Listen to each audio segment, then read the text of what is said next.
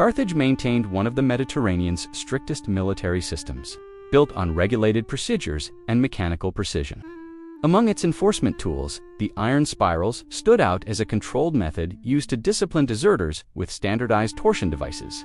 This study examines how these spirals were designed, operated, documented, and eventually phased out, revealing a structured disciplinary system that relied on engineering consistency rather than symbolic display. Before we begin, make sure you subscribe and hit the like button so this video reaches more history fans. Your support helps us continue exploring more content like this. Let's get started. The Carthaginian military structure functioned on a strict hierarchy that emphasized loyalty, discipline, and efficiency. Desertion was treated as a significant violation because it threatened not only battlefield coordination, but also the expectations placed on soldiers sworn to serve the state. As a result, the authorities developed punitive measures that were targeted, methodical, and intended to deter such actions without unnecessary spectacle. Carthage relied heavily on a mixture of professional soldiers, allied contingents, and hired mercenaries. These groups needed clear and consistent rules to ensure reliability. Military officials maintained formal tribunals that examined cases of abandonment or refusal to fight. Once a deserter was identified and confirmed, the punishment process followed established procedures aligned with Carthaginian legal and military expectations. The iron spiral mechanism used for punishment was a device built for controlled limb compression and torsion. It consisted of curved metal rods shaped into coiled frames that held the arms and legs securely. The structure allowed slow rotational pressure applied through manual levers or wooden handles. It was designed to restrain movement while enabling measured, twisting forces. Records indicate that Carthaginian blacksmiths crafted these spirals to maintain uniformity. Each unit followed similar dimensions to create predictable mechanical effects on the human body. The spirals were not built as instruments of broad public display. Instead, they were intended for procedural enforcement and were typically stored in fortified military compounds near command centers. The preparation phase for punishment involved inspecting the device for structural integrity. Military assistants checked the tension points and joints to ensure they could withstand repeated rotation. This inspection prevented malfunction and ensured the process adhered to regulated standards. Carthaginian procedures emphasized consistent application rather than improvised action.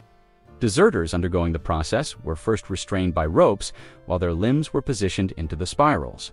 The placement required precision so that each limb aligned correctly with the curvature of the iron. Carthaginian records emphasized standardization, noting that improper placement could disrupt the uniform outcome expected from the procedure.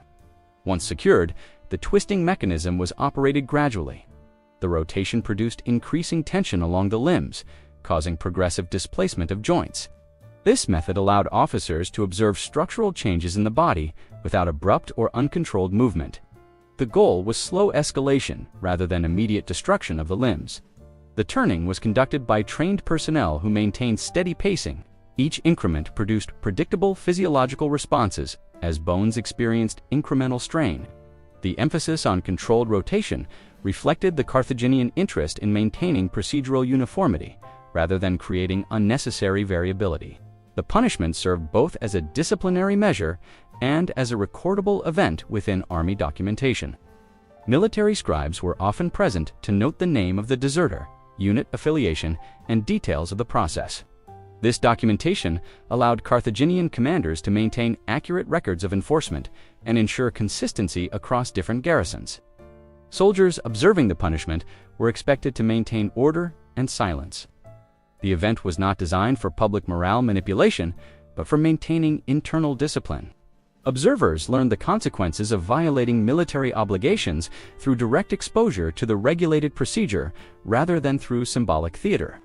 Carthaginian generals viewed the iron spiral process as a corrective measure within the broader system of military responsibility.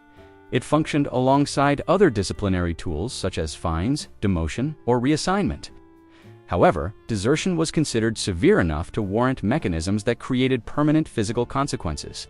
The spirals were built to produce reliable mechanical outcomes. The torsion created along the bones led to gradual fracturing, which Carthaginian officers documented as evidence of completed punishment. The controlled pace ensured that the damage occurred progressively rather than through sudden impact. This methodical structure aligned with the Carthaginian preference for rational, system-based enforcement. Archaeological evidence suggests the spirals were stored in military storehouses alongside other structured disciplinary tools. Their distribution across Carthaginian territories indicates the practice was not isolated to a single general or period. Instead, it formed part of a standardized disciplinary framework used during major conflicts. Carthage relied on such enforcement mechanisms during periods of extended warfare, particularly when maintaining troop loyalty was essential. The long duration of campaigns increased the risk of desertion due to fatigue or dissatisfaction. In response, military leaders enforced strict rules to stabilize troop commitments. Training manuals referenced in secondary sources describe how new recruits were informed of the iron spiral procedures. This upfront clarification was intended to reduce uncertainty and make expectations explicit. Carthaginian authorities understood that clarity in punishment systems reduced ambiguity and helped maintain cohesion. The iron spiral punishment also functioned as a deterrent for mercenaries, who were considered more prone to abandoning their posts. Carthaginian commanders used standardized disciplinary tools to ensure that mercenary forces operated under the same expectations as citizen soldiers. This maintained uniform discipline across mixed units. The twisting process required a fixed number of rotations depending on legal rulings. Officers tracked each turn until the required level of structural failure was observed. These increments were recorded to preserve accuracy and ensure that the punishment followed the sanctioned procedure. The punishment was usually conducted in designated chambers within forts rather than open spaces. These chambers were built to support secure operation of the spirals and to prevent interference. The controlled environment also ensured the device remained stable and properly anchored during rotation. Carthaginian military philosophy placed importance on predictability in disciplinary methods. The iron spiral mechanism exemplified this approach by producing consistent outcomes regardless of the personnel operating it. This predictability was necessary for maintaining fairness as understood within the Carthaginian system. The overall structure of the punishment reinforced the Carthaginian expectation that military service required absolute reliability.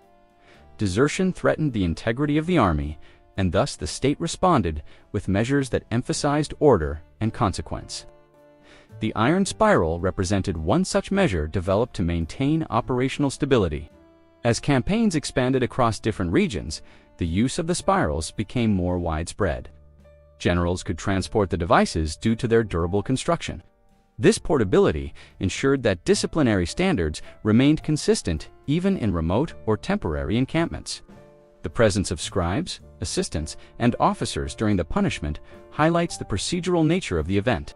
Each participant had a specific function, reinforcing the idea that the punishment was part of a structured administrative system rather than an improvised response. The methodical environment ensured proper adherence to military regulations. Over time, the iron spiral became emblematic of Carthage's rigid military expectations. Although numerous other punishments existed, this mechanism stood out for its controlled application. Its use demonstrated how Carthage integrated mechanical tools into its institutions to enforce order. The mechanism's design shows clear intent to apply force gradually, allowing complete oversight of each stage. This incremental approach reduced uncertainties and maintained full visibility of the procedure. Carthaginian generals valued systems that minimized unpredictability in both battlefield operations and internal governance. By the end of the Punicura reforms, the iron spiral was fully embedded in Carthaginian disciplinary culture. Its use reflected not only the need for deterrence, but also the administrative culture of recording, procedure, and mechanical precision. This environment shaped how Carthage enforced its expectations and maintained military cohesion. The iron spiral punishment operated within a broader administrative system that guided Carthaginian military conduct. Commanders relied on written directives that specified which offenses required mechanical disciplinary tools. Desertion remained among the most heavily regulated crimes, and the spirals served as one of the principal mechanisms for addressing it in a structured manner. The placement of the spirals in military facilities followed a standardized layout. They were commonly positioned near interrogation rooms so that transitions between stages of discipline were efficient. Carthaginian garrisons maintained spatial organization that kept punitive devices accessible while preventing unnecessary movement across the compound. Punishment sessions required the presence of an appointed officer known for procedural accuracy. This officer verified that the deserter's identity matched the records submitted to the tribunal. The verification stage prevented errors in sentencing and reinforced confidence in the administrative process. Before the procedure began, the officer reviewed the tribunal's written order. These orders listed the number of required rotations and indicated whether the punishment would be carried out as a full or partial enforcement. The distinction depended on legal interpretations and not on individual preference of commanders. Carthaginian military law mandated clear documentation of each step. Scribes recorded the deserter's condition before the twisting began, noting limb placement, device settings, and the number of personnel involved. This practice ensured that any deviations from standard protocol could be traced if needed. The personnel operating the spirals included 2 to 4 assistants trained in mechanical handling. Their primary responsibility was maintaining steady rotational force without rapid acceleration. Carthage emphasized gradual application to preserve the regulated nature of the process and avoid unintended mechanical stress on the device. Rotational increments were controlled through wooden levers inserted into the spiral's axle. Each turn was measured by the marking notches placed on the device. These notches provided exact reference points, so operators could calculate the total number of rotations completed. The twisting operation followed a rhythm determined by the officer in charge. He signaled when to begin each increment and monitored the alignment of the limbs throughout the process.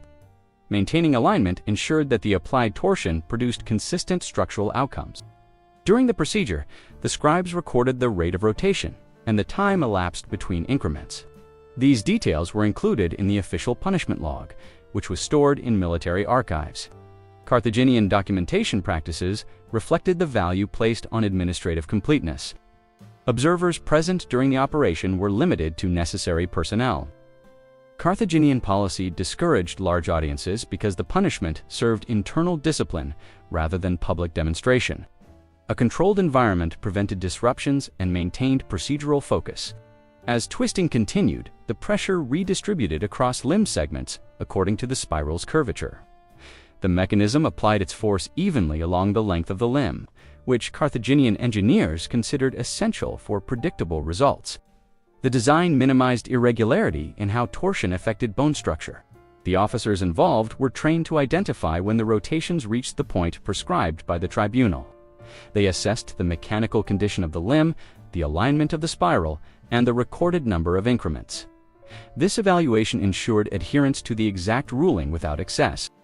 After the final rotation, the spiral remained locked in place for a brief period. This pause allowed final documentation of the limb's condition and ensured that the mechanical effects were fully stabilized before removal. Carthaginian procedure focused on closure steps as carefully as on execution.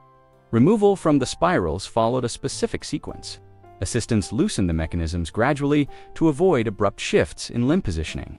The ropes securing the rest of the body were released, last to maintain stability throughout the process. This sequence prevented unnecessary strain on the prisoner and protected the device from improper handling. Following removal, medical assessment was sometimes performed depending on the tribunal's directive. Carthaginian military healers examined the limb structure to confirm that the prescribed outcome had been achieved. Their role supported record accuracy rather than providing rehabilitation. The punishment chamber was cleaned and reset after each session. Carthaginian garrisons emphasized hygiene around mechanical devices to prevent corrosion and maintain operational longevity. Maintenance logs were kept to track usage frequency and identify when spirals required the attention of blacksmiths. Blacksmiths regularly inspected the spirals for wear, examining joints, curves, and anchor points. Routine maintenance ensured that the rotational mechanism remained smooth and that the metal did not warp. Their work preserved the precision required for standardized disciplinary outcomes. The iron spiral punishment existed within a larger network of regulatory practices governing Carthaginian military life. Soldiers operated under detailed codes that defined their obligations to commanders, fellow soldiers, and the state. Desertion violated multiple layers of responsibility, which justified strict enforcement. Carthage's reliance on mixed military forces, citizens, mercenaries, and allied troops required consistency. A uniform disciplinary mechanism prevented divisions among units and reinforced that all soldiers were subject to the same system. This consistency helped reduce tension between Carthaginian and non-Carthaginian factions within the army. Tribunals responsible for sentencing operated under guidelines influenced by both military and civil legal traditions. Desertion hearings often included testimonies from officers or unit members. The tribunal considered motives, circumstances, and consequences before issuing a ruling involving the spirals. The use of mechanical punishment reflected Carthage's pragmatic approach to discipline.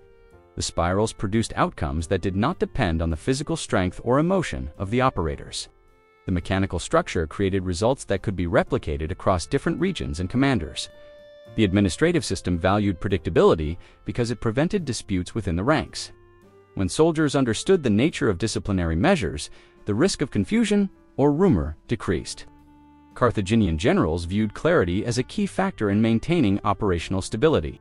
Reports from later analysts indicate that the spirals influenced training programs. Recruits were informed early about the consequences of desertion, which reinforced the expectation of reliability.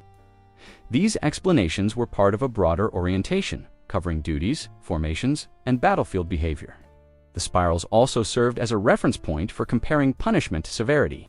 Carthaginian disciplinary scales categorized penalties according to their impact, and the spirals occupied a high tier reserved for serious breaches. This categorization helped officers align rulings with established policy. In larger campaigns, the spirals were transported with other essential military equipment. Their portability allowed generals to maintain consistent discipline, even in distant territories. Storage crates protected the devices from rust and ensured they could be deployed quickly when needed. Some commanders incorporated the spirals into routine inspections to remind units of existing regulations. This practice was administrative rather than ceremonial. The presence of the devices reinforced the practical framework governing army conduct. As Carthage expanded its military responsibilities, maintaining discipline became increasingly important. The spirals played a role in ensuring soldiers followed orders during long deployments. Their use reduced the likelihood of desertion during periods of low morale or logistical strain. The accumulation of punishment logs created a long-term record that helped future commanders evaluate patterns. These logs offered insight into the frequency of desertion, the effectiveness of enforcement, and the performance of specific units. Carthaginian administrative culture relied heavily on written evidence. By the late Punic era, the iron spiral punishment had become an established part of Carthage's military identity. Its continued use demonstrated the value placed on mechanical consistency, administrative precision, and regulated procedure. These qualities shaped Carthaginian disciplinary practices and influenced how soldiers understood their obligations.